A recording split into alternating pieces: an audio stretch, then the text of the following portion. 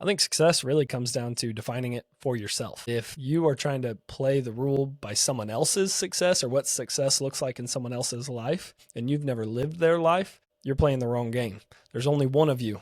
God created you for a purpose and on purpose. Seek that, seek his kingdom first, run after that, and allow the Lord to define success in your life, whatever it looks like, and you will be a very, very happy person. Comparison is the thief of your joy. Don't compare. Don't look at someone else's success and try to make that your own definition of success. Define it yourself with the Lord, surrender, yield to it, run after it. You'll do great. Well, I've heard it said many a times, and I actually try to live my life by this principle, that if life is always easy, you might be doing something wrong. That's Forrest Frank and the Figs. That's my kid's favorite song right now, is Lemonade. And, there's truth in that. And so if you're being called, if the Holy Spirit's laying it on your heart to do something that you're worried it might cost you a following, it might cost you popularity. If the Holy Spirit's calling you towards something, and you're not doing it, or you're delaying doing it, delayed obedience is still disobedience. All we have to do is do the thing that the Lord is laying on our heart. I promise you, he will bless it. And so if you're worried about popularity, if you're worried about always having the right personification or the right look, that's really about the applause of man. And we need to pray about that and ask the Lord to deliver us from that and continue to put our businesses in the right position of stewardship and allow the Lord to use them for his glory and to usher in his kingdom in this world, not our own. Somebody asked me one time, how do you know that you're on the right path? How do you know that the direction that you're leading in your life and your business is the right one? And definitively, I said opposition. There have been so many days in my life where I felt like I was right on the brink of just throwing in the towel, saying, you know what, I'm done. But then I realized that the voices in my head were not my own. They were not the Holy Spirit's. They were really attacks of the enemy.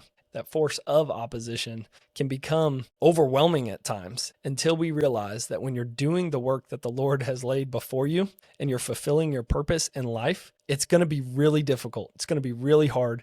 And the enemy, he does not want you to succeed. If you're doing the work that God has given you and you're doing it well, he's going to come with a strong force against you. But there is absolutely nothing he can do to stop you if you stay in your true purpose, your true passion, be proficient at it, do what the Lord has laid on your heart, and I promise you, you'll be successful. So I think, again, when you're living an obedient life, when you're yielded to what God is laying on your heart, especially in your business, there are going to be a lot of decisions on the day-to-day basis that make no sense on paper.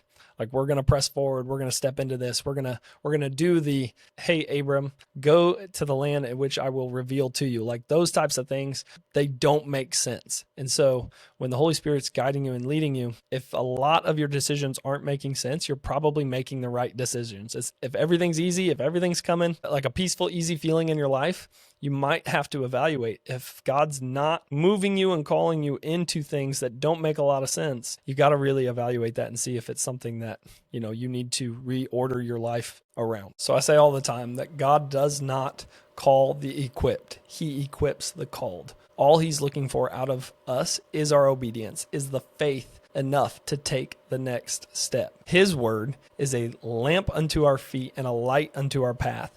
We just have to be willing and be able to see enough right in front of us to go that next step. Sometimes in our life, the vision is so crystal clear. We can see it. We can see where we're supposed to go. We know that 5, 10, 15, 20 years down the road, there's going to be this massive movement and the business that the Lord has laid on our heart is going to be successful. But right now we feel like we don't have 2 pennies to rub together. Don't sweat it. That's where the Lord is asking you to step into, and he will provide. There's no question. His word is very definitive on that. I even believe you can test him on it. Ask him. Say, Lord, if you will, you'll provide the increase. I'm going to take the steps. Let's see what we can do together. He calls us into the story. We are co-creators with him. He wants us to bring and help usher his kingdom into this earth. Doesn't mean it's all going to make sense in the moment. Most of your decisions are probably going to be not making a lot of sense on paper, but I promise you, if you take those steps, he'll bless it.